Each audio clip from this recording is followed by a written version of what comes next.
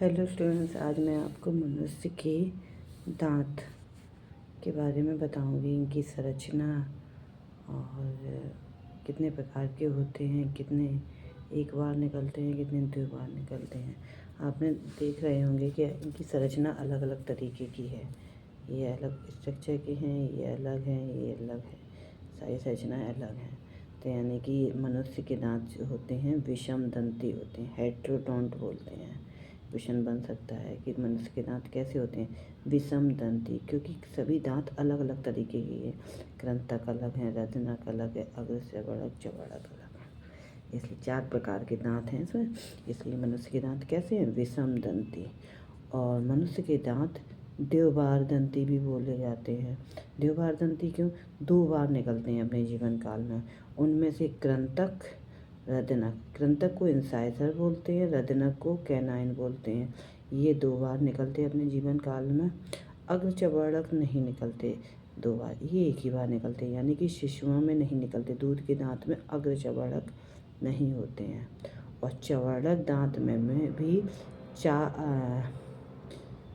चार नीचे 4 ऊपर, यानी कि 8 दांत 2 बार निकलते हैं और 4 दांत एक बार निकलते हैं, यानी टोटल 12 दांत होते हैं चौवर्णक में, जिसमें से 8 दांत तो 2 बार निकलते हैं और 4 दांत जो होते हैं वो एक ही बार निकलते हैं जीवन काल में। उन्हें बोलते हैं अकलदार। तो चौवर्णक या मोलर में कौन से दांत होते हैं? अकलदार, जो जीवन में सिर्फ एक बार निकलते हैं। वो टोटल कितने होते हैं? 4। और 2 कैसे होते हैं? 4 नीचे 4 ऊपर, यानी कि 8 दांत कैसे होते हैं? वो होते हैं द्विबार दंती, यानी कि 2 बार निकलते हैं। अब इनके बारे में बताएंगे। दांतों का जो अध्ययन किया जाता है उसे बोला जाता है ओडोंटोलॉजी। दांतों के अध्ययन को ओडोंटोलॉजी। दांतों का सबसे कठोर भाग होता है उसे बोलते हैं इनेमल, जो कैल्शियम कार्बोनेट और कैल्शियम फॉस्फेट का बना होता है। अब दांत की संरचना पे आ जाएं। दांत टोटल 4 प्रकार के होते हैं और इनमें भी अभी 2 स्थायी दांत और अस्थायी दांतों के बारे में और बताएंगे। स्थायी दांत कैसे होते हैं? ये दूध के दांत भी बोले जाते हैं स्थायी दांत। ये दूध के दांत होते हैं। ये बच्चे में लगभग कितनी उम्र में निकलते हैं? 6 माह से निकलना स्टार्ट हो जाता है। दूध के दांत या अस्थायी दांत 6 माह से निकलते हैं। और ये कब तक निकलते हैं? 6 से 8 वर्ष तक निकलते ही रहते हैं। हाँ, और टोटल कितने होते हैं? 20 दांत। ठीक है, दूध के दांत कितने होते हैं? 20 होते हैं। और ये कब तक निकलते हैं? 7 से 8 वर्ष तक निकलते ही रहते हैं। 10 साल तक भी कभी कभी निकलते हैं। उसके बाद अब दूसरे आ जाओ स्थायी दांत। स्थायी दांत क्या होते हैं? ये कब निकलना शुरू होते हैं? ये निकलना शुरू होते हैं, ये दे गए हैं स्थायी दांत। ये टोटल 28 होते हैं। और जब दूध के दांत गिरने लगते हैं, यानी कि 10, 11, 12 वर्ष की आयु से स्टार्टिंग हो जाती है गिरने की इनकी दांतों की। और तो ये टोटल 28 होते हैं। कौन से? स्थायी दांत। 20 वर्ष की आयु में 28 निकल आते हैं। लेकिन जो 4 दांत मैंने बताया है, ये वाले कहाँ गए? ये वाले चवर्णक, वो अकलदार बोली जाती है। वो थोड़े लेट निकलते हैं।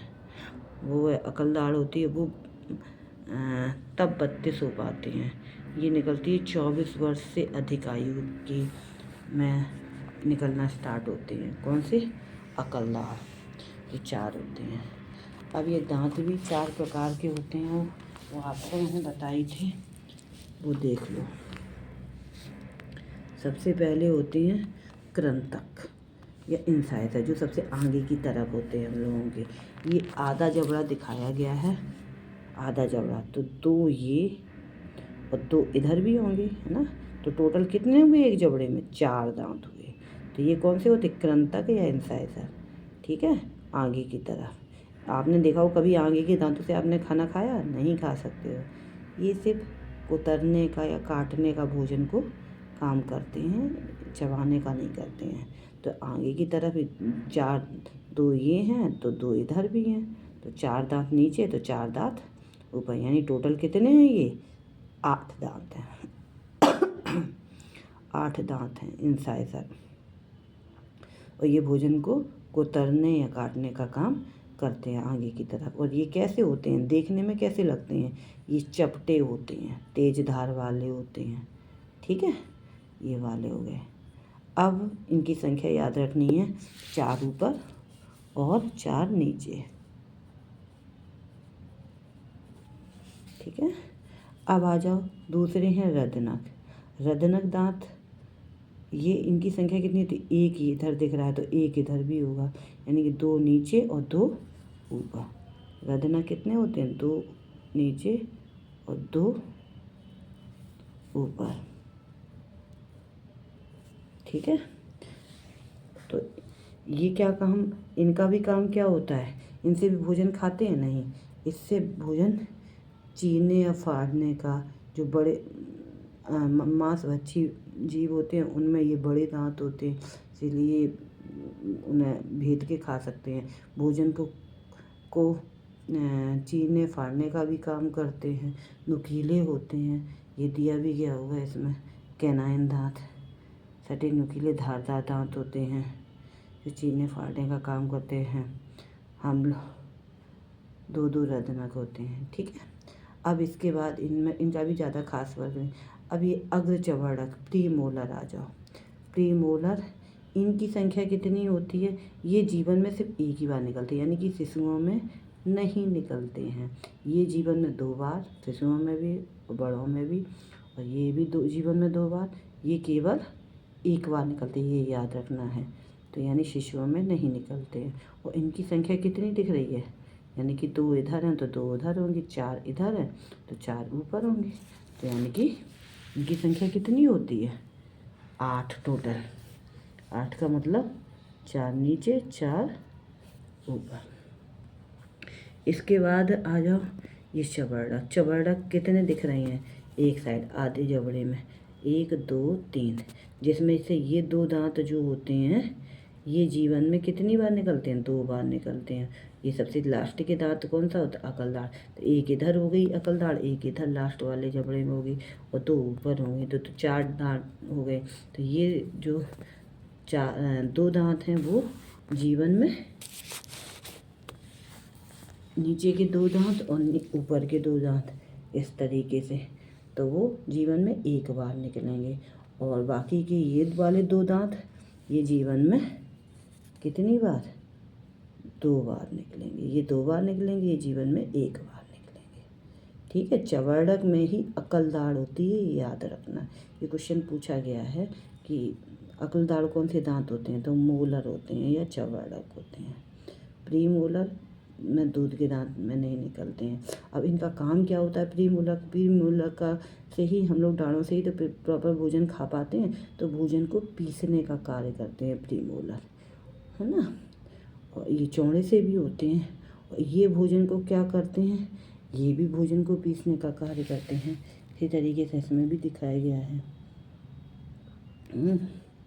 ये 2 जोड़ी होते हैं, देखो, भोजन को कुचलने का भी कार्य करते हैं प्रीमोलर। और ये क्या होते हैं, धार वाले, ये भोजन को पीसने का कार्य करते हैं। तो मोलर कितने हुए, टोटल 12 हुए, जिसमें से 8 दांत 2 बार निकलते हैं और 4 दांत 1 बार निकलते हैं, जो 24 वर्ष के अधिक आयु पे निकलते हैं। और निकलते रहते कब तक, किसी के 30 35 40 तक की आयु तक निकलते हैं आराम से। 20 25 से स्टार्ट हो जाते हैं, और ये 1 ही बार निकलते हैं। और ये वाले दांत 4 + 4 यानी टोटल 8 होते हैं, और ये भोजन को कुचलने का कार्य करते हैं। तो इस तरीके से इसकी संरचना है, जो आप लोगों को शायद समझ में आ चुकी होगी। अब इसका दंत फॉर्मूला हम बताएंगे कैसा होता है। इसी के आधार पर इसके दंत फॉर्मूला बनता है। दंत फॉर्मूला में भी मैंने अभी तो बताया कि दूध के दांत जो होते हैं उनमें कौन कौन से दांत होते हैं। सबसे पहले इस फॉर्मूले को समझ लो। ये क्या है, दंत सूत्र है। इसमें इंसाइजर यानी कि कैनाइन, ये देखो, कृंतक को कैनाइन बोलते हैं, कृंतक को इंसाइजर बोलते हैं। तो आई से स्पेलिंग स्टार्ट होती है इंसाइजर की, रदनक को कैनाइन बोलते हैं, सी से स्पेलिंग स्टार्ट होती है। अग्र चवर्णक को प्रीमोलर बोलते हैं, पीएम से स्टार्ट होती है। और चवर्णक को मोलर बोलते हैं, इसलिए एम से। इस तरीके से ये दिखाया गया बटे में। बटे का मतलब क्या है, ऊपर का जबड़ा, ऊपरी जबड़ा है ये, और ये हमारा निचला जबड़ा है। अब इसी को समझना है आपको। सबसे पहले वयस्क मनुष्य के दंत सूत्र दिए गए हैं। तो इसमें क्या है कि मैंने अभी चित्र जो दिखाया था वो आधे जबड़े का था, तो आधे जबड़े का ही ये फॉर्मूला दिया गया है उसी हिसाब से, ठीक है। इसीलिए 2 का गुणा किया गया। 2 का गुणा क्यों किया गया, यानी कि आधा जबड़ा इधर है तो आधा जबड़ा उधर होगा, तभी तो पूरा हो पाएगा। तो ये इंसाइजर। अब इंसाइजर में तो उसी हिसाब से दांत का फॉर्मूला भी लिखा है। इंसाइजर में कितने दांत हैं, 2 दिखाए गए हैं, बल्कि मैंने कितने बताए, 4 होते हैं। जैसे ये देखो, ये दिखाया गया इसमें, ये 2 दांत दिखाए गए आधे जबड़े में, तो 2 इधर भी होंगे, तो टोटल कितने होंगे, 4। तो 2 आधे जबड़े का फॉर्मूला बनाया गया है, और आधे की जगह गुणन 2 लिख दिया गया है, ठीक है। दोगुना कर दिया जाएगा बाद में। अब समझो दंत फॉर्मूले को। तो ये देखो, सबसे पहले इंसाइजर, तो उसी क्रम में दांतों का क्रम जैसा होता है उसी क्रम में लिखते भी हैं फॉर्मूले को। तो इंसाइजर आधे जबड़े में कितने दिख रहे थे, 2। कैनाइन कितने दिख रहे थे, 1। प्रीमोलर कितने दिख रहे थे, 2। मोलर कितने थे, 3 थे। इसी हिसाब से निचला जबड़ा आधा ले लिया गया है, और गुणा 2 क्यों किया गया, क्योंकि आधे ही जबड़ा तो है ये, तो गुणा 2 करके उधर के भी आ जाएंगे, ठीक है। अब पहले इन सब दांतों को प्लस करेंगे। 2 + 1, 2 + 1 + 2 + 3, टोटल कितने हो गए, 3 2 5 1 6 7 8, 8 हो गए। तो 8 आधे जबड़े में 8 दांत, और ऊपरी आधे जबड़े में 8 दांत, और निचले आधे जबड़े में 8 है। तो ऊपरी जबड़े में पूरे में कितने होंगे, 8 दूनी 16 दांत होंगे ऊपर वाले में, और 16 नीचे होंगे, तभी तो 32 हो पाएंगे। चीज़ समझ में आई। ऐसे ही शिशु के दांतों की कुल संख्या क्या है, आधा जबड़े का ये फॉर्मूला दिया गया है, ऊपरी जबड़ा निचला जबड़ा गुणा 2। अब ऊपरी जबड़े में मैंने कितने दिखाए थे, 2 दांत थे, कौन से, इंसाइजर 1 था, कैनाइन, और प्रीमोलर मैंने कहा था शिशुओं में नहीं निकलता, इसलिए 0 लिख दिया जाएगा उसकी जगह। और मोलर 2 होते हैं, क्यों, 2 इधर तो 2 उधर, तो 4 होंगे टोटल, तो वो 2 मल्टीप्लाई कर दिया जाएगा, दुगना कर दिया जाएगा।